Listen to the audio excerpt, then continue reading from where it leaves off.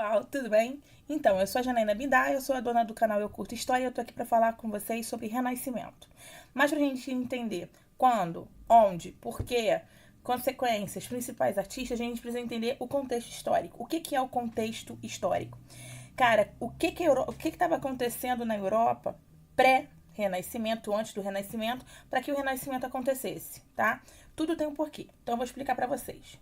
Primeiro, feudalismo. Para você que tá aprendendo Renascimento agora, muito provavelmente você aprendeu antes o que foi o feudalismo. Feudalismo foi um período de 1000 anos, quase 1000 anos, em que o mundo europeu ficou dividido em feudos. Pega uma pizza, a pizza Europa. As fatias dessa pizza são os feudos. E cada calabresa numa fatia é um senhor feudal. Então, cada senhor feudal era responsável pelo seu feudo.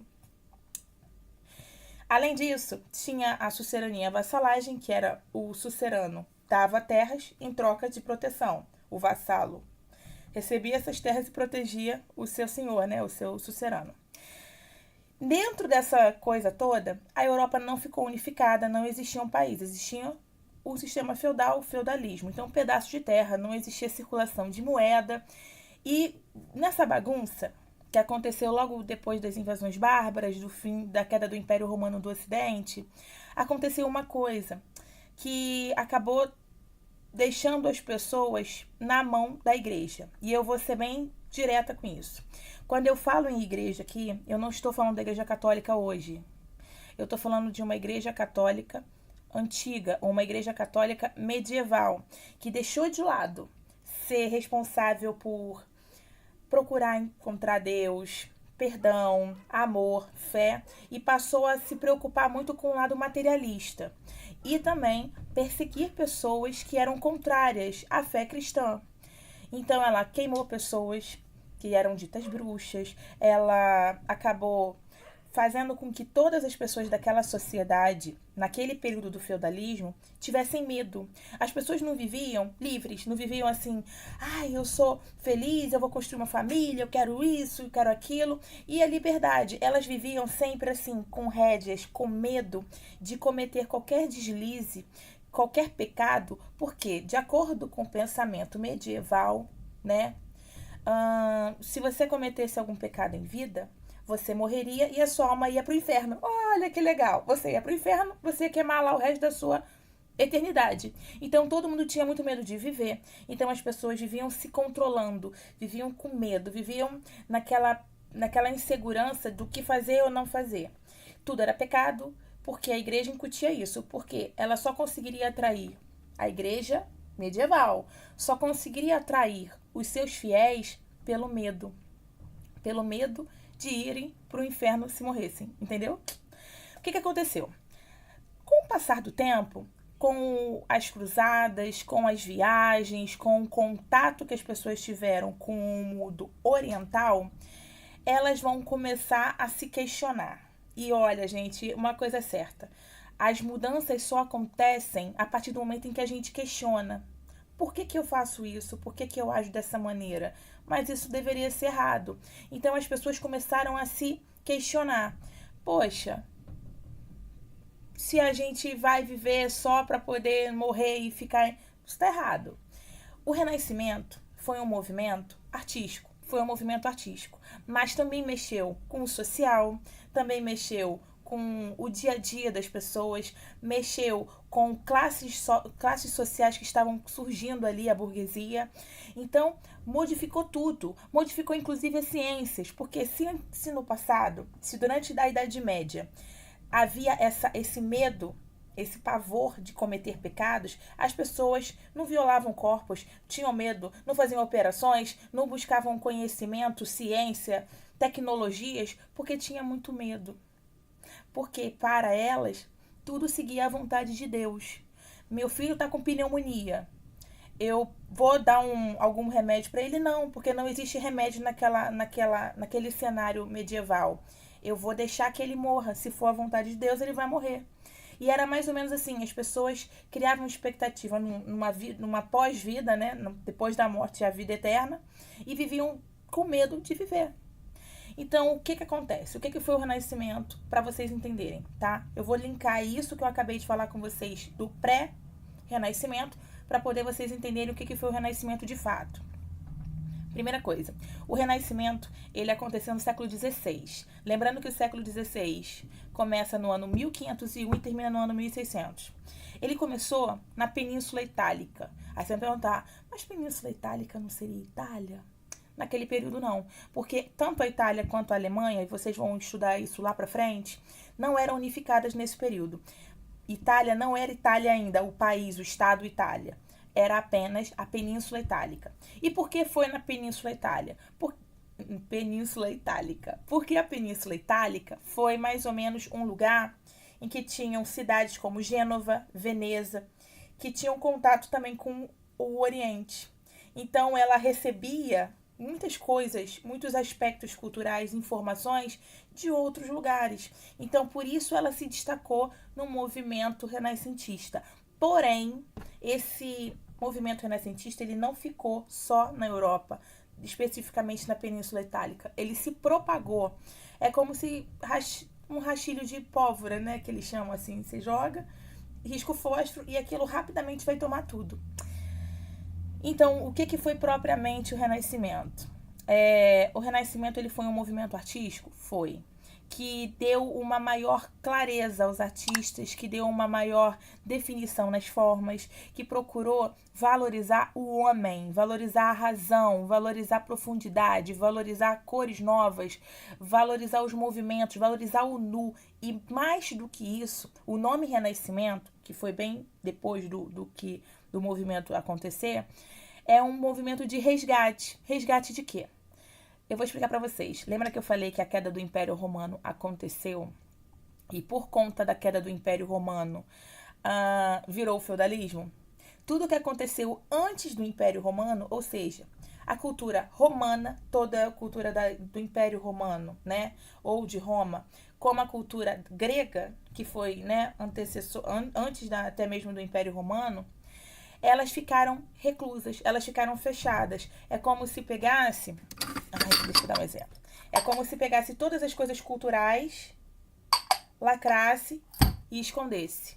Para que as pessoas não tivessem acesso a todo o desenvolvimento filosófico, artístico, cultural, teatral que aconteceu antes do feudalismo. Então, por isso que se chama um pouquinho de Idade das Trevas, porque esse período ficou fechado. Porque ele, por si só, traria à tona, colocaria ali em jogo para os europeus durante o sistema feudal, que nem tudo que a igreja dizia era uma verdade absoluta. Eu estou falando da igreja medieval, tá? Que fique bem claro. Mas, Bindal, o que isso muda? Por que o movimento artístico que aconteceu na Península Itálica tem a ver comigo, tem a ver com você, ou tem a ver com matéria? E por que isso é importante para estudar? É muito simples. Porque o feudalismo, ele foi um momento de reclusão, de pouco conhecimento, de pouco avanço científico, tecnológico, avanço humano, avanço social.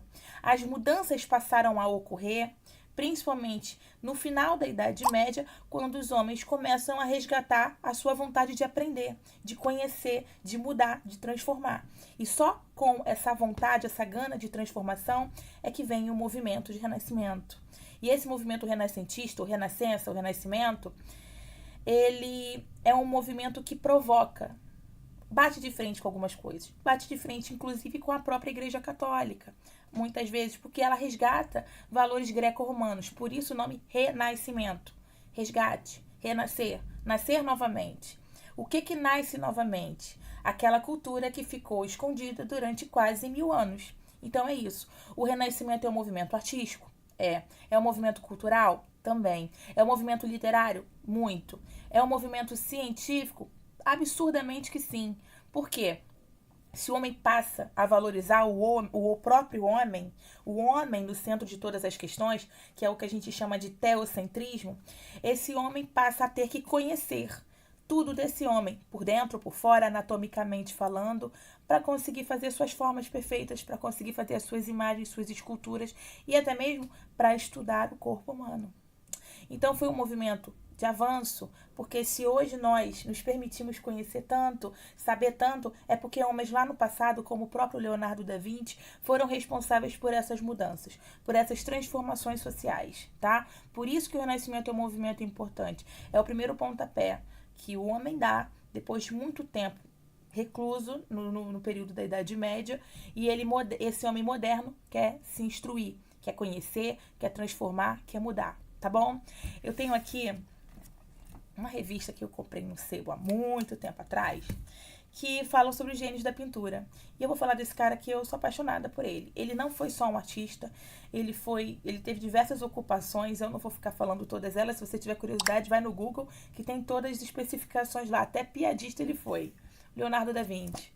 Eu vou colocar essa imagem para vocês. Dá para vocês verem? Gente, eu quero que vocês prestem muita atenção nesses detalhes. Olha isso. Olha os olhos, olha a boca, olha o nariz. Perfeito. Isso não tinha scanner.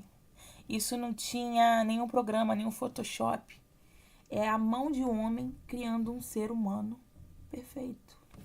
Não só essa pintura do Leonardo da Vinci, outras também são extremamente importantes. Eu vou mostrar aqui a mais conhecida dele.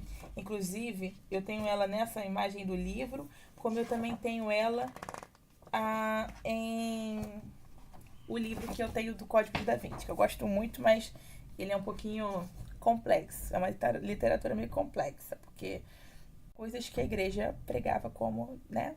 Enfim, pula. Olha isso. Esse famoso quadro Mona Lisa. Isso é uma réplica, tá, gente? Mas olha a profundidade. Vocês conseguem perceber isso? Olha o rosto dessa Mona Lisa. Olha a expressão.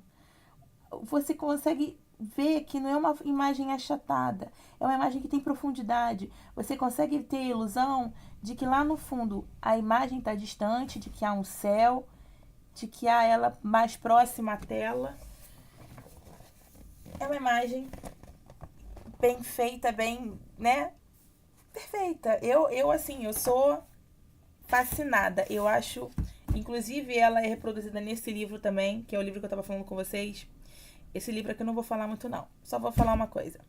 Traz à tona uma ideia de que Jesus não teria morrido, de que Maria Madalena não era exatamente o que a Bíblia prega e que isso tudo foi escondido durante muito tempo. Mas isso daí é literatura.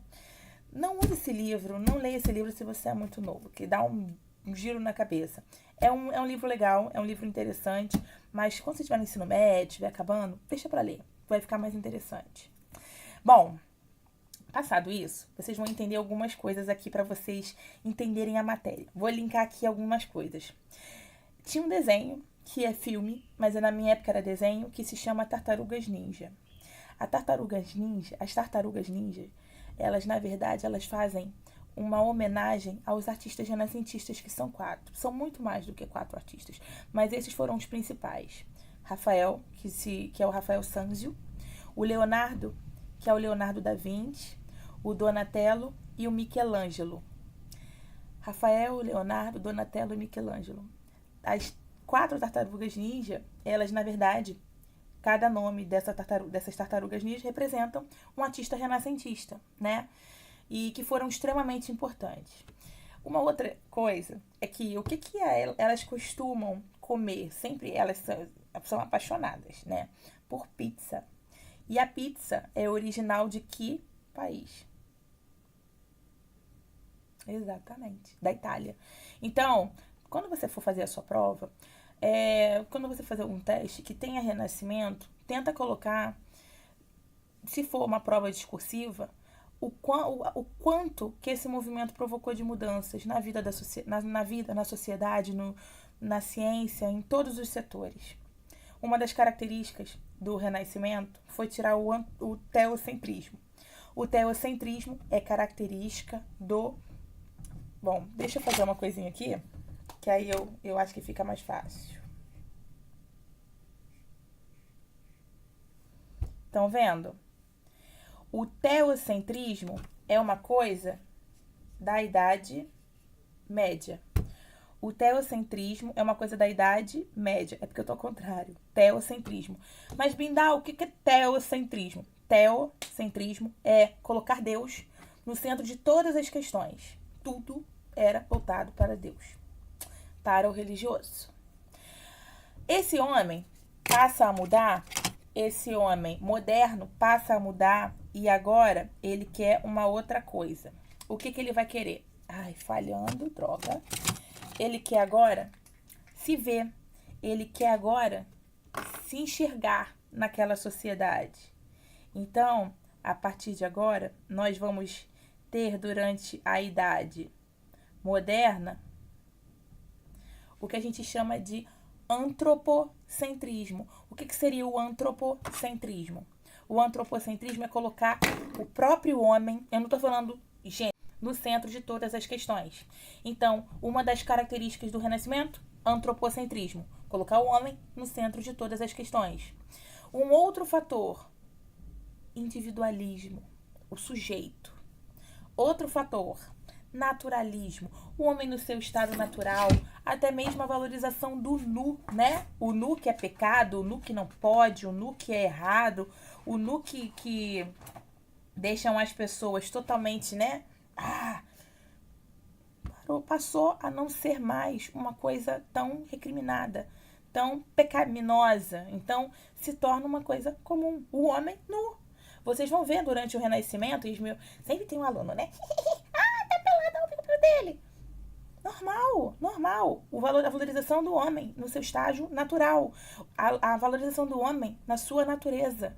Então, temos o antropocentrismo, a valorização do homem, a valorização do nu, o resgate às culturas greco-romanas perdidas, há muito tempo, desde a queda do Império Romano do Ocidente. Nós temos também o racionalismo, pensar de forma racional, a matemática. Oi? Matemática? Matemática. Por que matemática? Vamos lá. Vocês, quem já fez aula de desenho, ou quem quer fazer um desenho e geralmente quer fazer as formas perfeitas do desenho, vai ter que fazer uma coisa simétrica. O que significa simetria? Eu não vou fazer isso muito não, porque senão vai reparar que eu sou meio vesga, mas enfim. Simetria é que a matemática ela é utilizada para poder ver os ângulos perfeitos. Isso acontece em qualquer setor, tá? Isso acontece, inclusive, para fazer uma casa, para fazer qualquer obra precisa ter o auxílio da matemática. Também tem o cientificismo, porque à medida que o homem passa a conhecer o corpo do homem, da espécie humana, ele passa a buscar conhecer não só o que é, mas como funciona o corpo desse homem. Coisas que eram praticadas lá no Egito Antigo, desde a época da mumificação, isso traz à tona, a partir de agora, novamente. Por isso, mais uma vez, o nome Renascimento. Uma outra obra dele que eu acho muito legal é essa daqui, ó. Olha isso, gente. Eu sou assim, eu adoro. Tudo que eu puder fazer para buscar, olha só, as imagens, as figuras. E depois, quando vocês olharem pela internet, vocês vão acabar olhando que tem algumas obras do Leonardo da Vinci que são meio incógnitas. Sim, são coisas que ele queria jogar como se fossem mensagens subliminares. Nesse próprio livro fala. Mas eu não vou confundir a cabeça de vocês, porque essa não é a minha intenção. A minha intenção é explicar a matéria Renascimento. Recapitulando tudo, tá? É um movimento artístico, cultural, científico, matemático. É um movimento literário, é um movimento que surgiu na Península Itálica, é um movimento que tinha como alguns dos principais artistas Leonardo da Vinci, Rafael Sanzio, Michelangelo, Donatello, mas tem outros, tá? Um outro fator também interessante nessa coisa do Renascimento é o tirar o teocentrismo e dar lugar ao antropocentrismo. Tira Deus no centro de todas as coisas, esse Deus limitador que a Igreja Católica medieval colocou como verdade absoluta, e passa a colocar o próprio homem como o centro de tudo. Naturalismo, as formas, a matemática, a geometria. É isso. Olha, não tem muito o que ficar enfeitando.